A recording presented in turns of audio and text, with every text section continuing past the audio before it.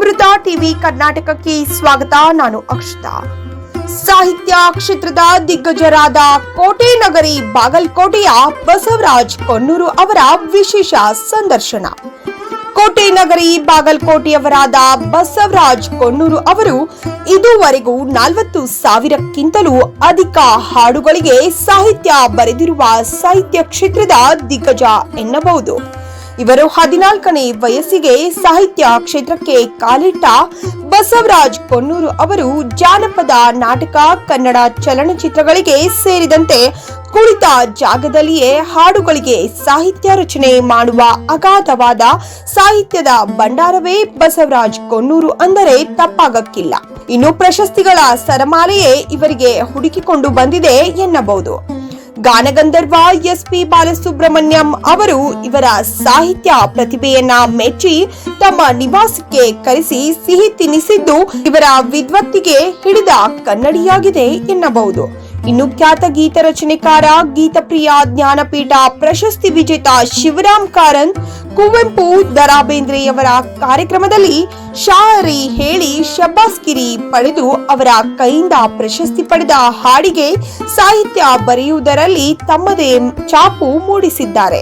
ಇನ್ನು ಹೆಸರಾಂತ audio video recording ಸಂಸ್ಥೆಗಳಾದ Anand audio, Ashwini audio, Shweta audio ಹಾಗೂ ಗುಲ್ಶನ್ ಕುಮಾರ್ ಸ್ವತಃ ಮುಂಬೈಯಿಂದ ಬೆಂಗಳೂರಿಗೆ ಆಗಮಿಸಿ ಬಸವರಾಜ್ ಕೊಣ್ಣೂರು ಅವರನ್ನ ಭೇಟಿ ಮಾಡಿ ಗುಲ್ಶನ್ ಕುಮಾರ್ ಮಾಲೀಕತ್ವದ ಟಿ ಸಿರೀಸ್ ಸಂಸ್ಥೆಯವರು ಇವರ ಸಾಹಿತ್ಯದ ಹಾಡುಗಳನ್ನ ರೆಕಾರ್ಡ್ ಮಾಡಿ ಕ್ಯಾಸೆಟ್ ಬಿಡುಗಡೆ ಮಾಡಿ ಲಕ್ಷಾಂತರ ಕ್ಯಾಸೆಟ್ಗಳ ಮಾರಾಟವಾದ ಹೆಗ್ಗಳಿಕೆಗೆ ಸಾಹಿತಿ ಬಸವರಾಜ್ ಕೊಣ್ಣೂರು ಅವರಿಗೆ ಸಲ್ಲುತ್ತದೆ. ಕ್ರೇಜಿ ಸ್ಟಾರ್ ರವಿಚಂದ್ರನ್ ಅವರು ಇವರ ಸಾಹಿತ್ಯದ ಕ್ಯಾಸೆಟ್ಗಳನ್ನ ನೋಡಿ ಇವರನ್ನ ಸಂಪರ್ಕಿಸಿ ಬೆಂಗಳೂರಿಗೆ ತಮ್ಮ ನಿವಾಸಕ್ಕೆ ಕರೆಸಿಕೊಂಡು ತಮ್ಮ ಈಶ್ವರಿ ಆಡಿಯೋ ವಿಡಿಯೋ ರೆಕಾರ್ಡಿಂಗ್ ನಲ್ಲಿ ಭಕ್ತಿಗೀತೆಗಳಿಗೆ ಬಸವರಾಜ್ ಕೊಣ್ಣೂರು ಅವರಿಂದ ಸಾಹಿತ್ಯ ಬರೆಸಿ ಕ್ಯಾಸೆಟ್ ಬಿಡುಗಡೆ ಮಾಡಿದ್ದು ಇವರ ಅದ್ಭುತ ಸಾಹಿತ್ಯದ ಜ್ಞಾನವನ್ನ ತೋರಿಸಿ ಕೊಡುತ್ತದೆ.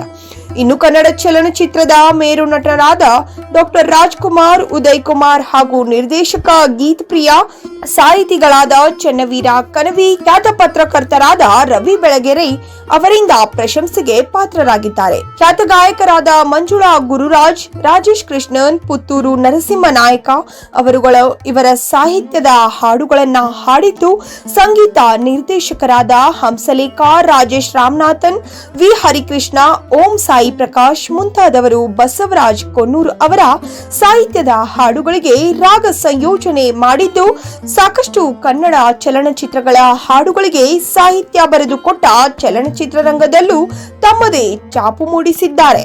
ಇಂತಹ ಸಾಹಿತ್ಯ ಕ್ಷೇತ್ರದ ದಿಗ್ಗಜರು ಬಾದಾಮಿಯ ಮಣಿಕಂಠ ರೆಕಾರ್ಡಿಂಗ್ ಸ್ಟುಡಿಯೋಗೆ ಬಂದಾಗ ಮಾಧ್ಯಮಗಳ ಜೊತೆ ಒಂದಿಷ್ಟು ಮನದಾಳದ ಮಾತುಗಳನ್ನ ಬಿಚ್ಚಿಟ್ಟಿದ್ದಾರೆ.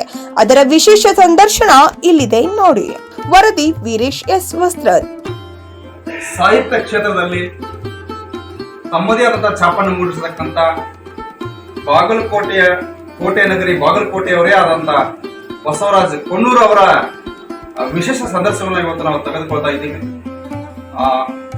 ನಡೆದು ಬಂದಂತಹ ಹಾದಿ, ಸಾಹಿತ್ಯ ಕ್ಷೇತ್ರ ಸಲ್ಲಿಸಿದಂತಹ ಸೇವೆ, ಅನನ್ಯವಾದಂತಹ ಅವರ ಒಂದು ಸಾಹಿತ್ಯದಲ್ಲಿ ಗಣನೀಯ ಸೇವೆಗೆ ಇವತ್ತು ಅವರು ಸಂದರ್ಶನ ತೆಗೆದುಕೊಳ್ತಿರೋದು ನಮ್ಮ ಒಂದು ವಿಶೇಷವಾದಂತಹ ಒಂದು ಸಂದರ್ಶನ ಅಂತಾನೆ ಹೇಳ್ಬೋದು. ಹಾಗಾದ್ರೆ ಬಸವರಾಜ್ ಕೊಣ್ಣೂರು ಅವರನ್ನ ಮಾತಾಡ್ಸೋಣ. ಸಾಹಿತ್ಯ ಕ್ಷೇತ್ರದ ನಡೆದು ಬಂದಂತಹ ಹಾದಿಯನ್ನ ಕೇಳೋಣ. ಯಾವ ರೀತಿ ಅವರು ಎತ್ತರಕ್ಕೆ ಬೆಳೆದಂತಹ ಕ್ಲಿಷ್ಟಕರವಾದಂತಹ ಹಾದಿಯ ಬಗ್ಗೆ ಏನೆಲ್ಲ ಹೇಳ್ತಾರೆ ಅನ್ನೋದನ್ನ ನಾವು ಅವ್ರ ಬಾಯಿಂದನೇ ಕೇಳಿಕೊಳ್ಳೋಣ.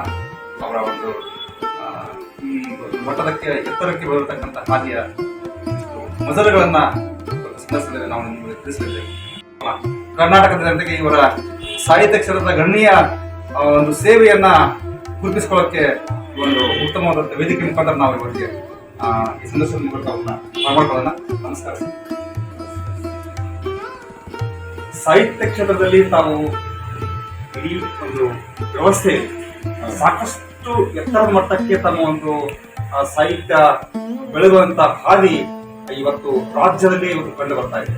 ಈ ಒಂದು ವಿಚಾರವಾಗಿ ತಾವು ಎಷ್ಟು ವರ್ಷಗಳಿಂದ ಈ ಒಂದು ಸಾಹಿತ್ಯ ಕ್ಷೇತ್ರದಲ್ಲಿ ಸೇವೆ ಸಲ್ಲಿಸುತ್ತಾರೆ? ಯಾವ ಇಸ್ವಿಯಿಂದ ತಾವು ಪಾಲ್ಗೊಂಡಿದ್ದೀರಿ? ನಾನು 1979 ಡಿಸೆಂಬರ್ 31 ತಾರೀಕು ಅವಾಗ ನಾನು ಬರೆದಿದ್ದ ಕವನ ಫಸ್ಟ್. ಆ ಒಂದು ಕವನದಿಂದ ಮುಂದೆ ನಾನು ಕವನ ಬರೆಯೋಕ್ಕೆ ಸ್ಟಾರ್ಟ್ ಮಾಡಿದ್ದೆ. ಆಮೇಲೆ ಕವನ ಆದಮೇಲೆ ಪತ್ರಿಕೆ ಒಳಗೆ ಪ್ರಕಟ ಮಾಡಿದೆ. ಸುಮಾರು ಒಂದು 8-10 ವರ್ಷ ಕರ್ನಾಟಕದ ಒಂದು 360 ಪತ್ರಿಕೆಗಳು, ಪ್ರಜಾಮತ, ಸುಧಾ, ತರಂಗ, ಆಮೇಲೆ ಇನ್ನಿತರ ಪತ್ರಿಕೆಗಳಲ್ಲಿ ನನ್ನ ಕಥೆ, ಕವನ, ಕಾದಂಬರಿ ಪ್ರಕಟ ಆಗಿದೆ. ಅಷ್ಟು ಇವತ್ತು ದಿಗ್ಗಜ ಗೀತ ರಚನೆಕಾರರು, ದಿಗ್ಗಜ ಹಾಡುಗಾರರಿಗೆ ತಾವು ಗೀತೆಗಳನ್ನ ಬರೆದುಕೊಟ್ಟಿದ್ದೀರಿ. ಸಾಕಷ್ಟು ಕ್ಷೇತ್ರದಲ್ಲಿ ಇವತ್ತು ಉನ್ನತ ಮಟ್ಟದ ಸ್ಥಾನದಲ್ಲಿ ತಾವು ಕೆಲಸವನ್ನು ಮಾಡಿದ್ದೀರಿ, ಸೇವೆಯನ್ನು ಸಲ್ಲಿಸಿದ್ದೀರಿ. ಈ ವಿಚಾರವಾಗಿ ತಾವು ಎಂತೆಂತ ಗೀತ ರಚನೆಕಾರರು, ಸಂಗೀತ ಸಂಯೋಜಕರು ಮತ್ತೆ ಸಂಗೀತ ನಿರ್ದೇಶಕರ ಜೊತೆಗೆ ತಾವು ಕೆಲಸ ಮಾಡಿದ್ರಿ ಅಂತ ಆ ಒಂದು ವಿಚಾರವಾಗಿ ಕೇಳೋದಾದ್ರೆ, ಸಂಗೀತ ಕ್ಷೇತ್ರದೊಳಗಂದರೆ ಹಂಸಲೇಖ ಅವರು ಸಂಗೀತದಲ್ಲಿ ಹಂಸಲೇಖ, ರಾಜೇಶ್ ರಾಮನಾಥ್, ಅರ್ಜುನ್ ಜನ್ಯ, ಆಮೇಲೆ ಮೋಹನ್ ರಾಜ್, ಮಾರುತಿ ಮಿರಸ್ಕರ್, ಗುರು ಕಿರಣ, ಇವರು ಸಂಗೀತದೊಳಗೆ ನನ್ನ ಹಾಡುಗಳು ಬಿಡುಗಡೆ. 90 ಒಳಗಡೆ ಧ್ವನಿ ಸುರುಳಿ ಕ್ಷೇತ್ರದೊಳಗೆ ಅತ್ಯಂತ ಜನಪ್ರಿಯರಾಗ ಅವಾಗ ಗುರುರಾಜ್ ಹೊಸಕೋಟಿ ಸರ್, ಗುರುರಾಜ್ ಗಂಗೂಳಿ ಸರ್, ನಿಜಾಮಲ್ಲಾ ಖಾನ್ ಅವರು ಅವರೆಲ್ಲ ಹಾಡ್ತಿದ್ರು. ನಾನು ನಮ್ಮದು ಹಾಡ ಕ್ಯಾಸೆಟ್ನಲ್ಲಿ ಬರಬೇಕು ಅನ್ನೋದು ಒಂದು ಆಸೆ ಇದೆ ನನಗೆ. ಆಮೇಲೆ ಎಲ್ಲ ಕಂಪನಿಯವ್ರನ್ನ ಬೇಕಾದ್ನಿ, ಯಾರು ನನಗೆ ಕೇರ್ ಮಾಡಲಿಲ್ಲ. ಆಮೇಲೆ ಗುರುರಾಜ್ ಹೊಸಕೋಟಿ ಗುರುಗಳು, ಅವರು ಗುರುರಾಜ್ ಹೊಸಕೋಟಿಗಳು ನಮ್ಮ ಉತ್ತರ ಕರ್ನಾಟಕದೊಳಗೆ ಎಲ್ಲರಿಗೆ ನಂಬರ್ 1 ಗುರು ಅಂದ್ರೆ ಗುರುರಾಜ್ ಹೊಸಕೋಟಿ.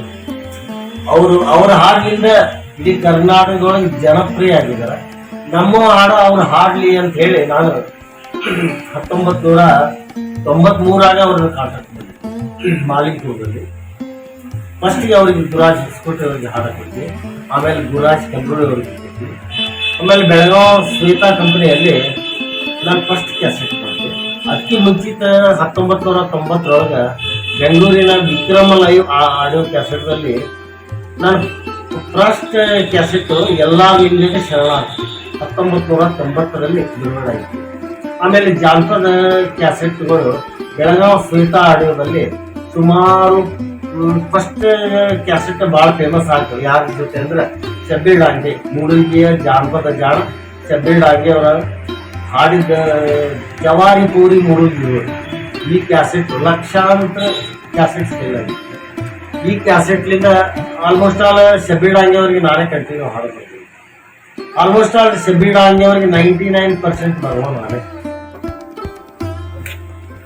ಈ ಸಾಹಿತ್ಯ ಕ್ಷೇತ್ರದಲ್ಲಿ ತಾವು ತುಂಬಾ ಗಣನೀಯ ಸೇವೆ ಸಲ್ಲಿಸಿದ್ರಿ. ಈ ಒಂದು ನಿಮ್ಮ ಸಾಹಿತ್ಯಕ್ಕೆ ಯಾರ್ಯಾರು ಸಂಗೀತ ನಿರ್ದೇಶಕರು ಮತ್ತೆ ಯಾರು ಹಾಡುಗಾರರು ಜೊತೆಗೆ ಯಾರು ಭಕ್ತಿ ಗೀತೆಗಳ ಒಂದು ಧ್ವನಿಸರಳಿಯ ಮುದ್ರಣ ಸ್ಟುಡಿಯೋದ ಮಾಲೀಕರು ಯಾರ್ಯಾರು ಇದರಲ್ಲಿ ಬಂದು ಹೋಗಿದ್ದಾರೆ? ಯಾರ್ಯಾರು ಇದರಲ್ಲಿ ಫಸ್ಟ್ ಅಂದ್ರೆ ಟಿ ಸೀರೀಸ್ ನಾವು ಬರೆದ company, T series, tips, Venus, Lahari, Anand audio, Ashwini audio, Jhankar audio, Shweta audio. ಸುಮಾರು ಶ್ವೇತಾ ಆಡಿಯೋಲಿಂದ ನನ್ನ ಒಂದು 300 ಕ್ಯಾಸೆಟ್ ರಿಲೀಸ್ ಆಗಿದೆ ಶ್ವೇತಾ ಆಡಿಯೋ. ಆಮೇಲೆ ಆನಂದ್ ಆಡಿಯೋದಲ್ಲಿ 240 ಕ್ಯಾಸೆಟ್ ರಿಲೀಸ್ ಆಗಿದೆ. ಆಮೇಲೆ ಟಿ ಸೀರೀಸ್ ಕಂಪನಿಯಲ್ಲಿ 280 ಕ್ಯಾಸೆಟ್. ಸಂಗೀತ ನೀಡಿದ್ರೊಳಗೆ ಅಂದ್ರೆ ಹಂಸಲೇಖ, ಮೋಹನ್ ರಾಜ್, ಮಾರುತಿ ಮಿರಸ್ಕರ್, ರಾಜೇಶ್ ರಾಮನಾಥ್, ಗುರು ಕಿರಣ. ಆಮೇಲೆ ಹಿಂದಿ ಟಿ ಸೀರೀಸ್ ಬರೆದು ಅನಿಸ್ತಾರೆ. ಆ T series Hindi track music ಅಂದ್ರೆ AR ರೆಹಮಾನ್, ಲಕ್ಷ್ಮೀಕಾಂತ್ ಪ್ಯಾರೇಲಾಲ್, RD ಬರ್ಮನ್, ಇವರ ಮ್ಯೂಸಿಕ್ ಟ್ರ್ಯಾಕಿಂಗ್ ಟಿ ಸೀರೀಸ್ ಅಲ್ಲಿ ಹಾಡೋದು. ಈಗಾಗಲೇ ಸಾಕಷ್ಟು ಗೀತೆಗಳನ್ನ ತಾವು ರಚಿಸಿಕೊಂಡಿದ್ದೀರಿ. ಯಾವ ಖ್ಯಾತ ಗಾಯಕರು ನಿಮ್ಮ ಗೀತೆಗಳನ್ನ ಹಾಡಿದ್ದಾರೆ ಅಂತ? ಮೊದಲನೇದಾಗಿ ಹೇಳ್ಬೇಕಂದ್ರೆ SP ಬಾಲಸುಬ್ರಹ್ಮಣ್ಯಂ, ಶ್ರೀ ಅಶ್ವಥ್, ಮಂಜುಳಾ ಗುರು, BR ಛಾಯಾ, ಶಂತಾ ಮಲ್ಲಿನಾಥ್, ಅಜಯ್ ವಾರಿಯರ್, ಹೇಮಂತ್, ರಾಜ್ ಶ್ರೀನಾಥ್. ಆಮೇಲೆ ಉತ್ತರ ಕನ್ನಡದಲ್ಲಿ ಅಂದ್ರೆ ಗುರುರಾಜ್ ಹೊಸಕೋಟಿ, ಗುರುರಾಜ್ ಕಂದೂಳಿ, ನಿಜಾಮಲ್ಲಾ ಖಾನ್, ಬಸವರಾಜ ದಿವಾರಿ, ಎಚ್ ಬಿ ಪರಿಕರ್ ಮುಂತಾದವರು. ಸುಮಾರು ಯಾವ ರೀತಿ ಈ ಒಂದು ಕ್ಷೇತ್ರದಲ್ಲಿ ಬೆಳೆದು ಬರಬೇಕು ಅಂತ ನಿಮಗೆ ಏನಾದರೂ ಬಗ್ಗೆ ಉತ್ಸಾಹ ಯಾವ ರೀತಿ ಬಂತು ಅಂತ, ಯಾವ ವಯಸ್ಸಿನಿಂದ ಈ ಕ್ಷೇತ್ರದಲ್ಲಿ ಸೇವೆ ಸಲ್ಲಿಸ್ತಾರೆ? ಫಸ್ಟ್ ಹಾಡ ಬರಬೇಕಾದ ನನಗೆ ವಯಸ್ಸು 4ನೇ ವಯಸ್ಸಿಂದ ಈ ಒಂದು ಸೇವೆಗೆ ತಾವು ಧುಮುಕಿದ್ದೀರಿ. ಒಂದು ಹುಡುಗಿ ಮೇಲೆ ಹಾಡ ಬರ್ತದೆ. ನನ್ನ ಪ್ರೀತಿಯ ಮಲ್ಲಿಗೆ ಬಾರಿ, ನನ್ನೊಲವಿನ ಗೆಳತಿ ನೀನು, ನೀನಿಲ್ಲಿಗೆ ಬೇಗನೆ ಬಾರೆ ನೀಡುವ ತಾಯಿ. 4ನೇ ವಯಸ್ಸಿನಿಂದ ಪ್ರಾರಂಭವಾದಂತ ಈ ಸಾಹಿತ್ಯ ಒಂದು ಏನು ಜರ್ನಿ ಮತ್ತು ಇಲ್ಲಿವರೆಗೂ ಬೆಳೆದು ಬಂದು ಮತ್ತು ಇಷ್ಟೊಂದು ದೊಡ್ಡ ಮಟ್ಟದಲ್ಲಿ ತಾವು ಒಂದು ಸೇವೆಯನ್ನು ಸಲ್ಲಿಸ್ತಾ ಇತ್ತು. ಇಷ್ಟೊಂದು ಬೆಳೆದು ಬಂದಂತಹ ಒಂದು ದಾರಿಯಲ್ಲಿ ನಿಮಗೆ ಇದಕ್ಕೆ ಸಹಕಾರ ಕೊಟ್ಟಂತವ್ರು ಯಾರಾದ್ರೂ ಇದ್ದಾರೆ ಅಂತ?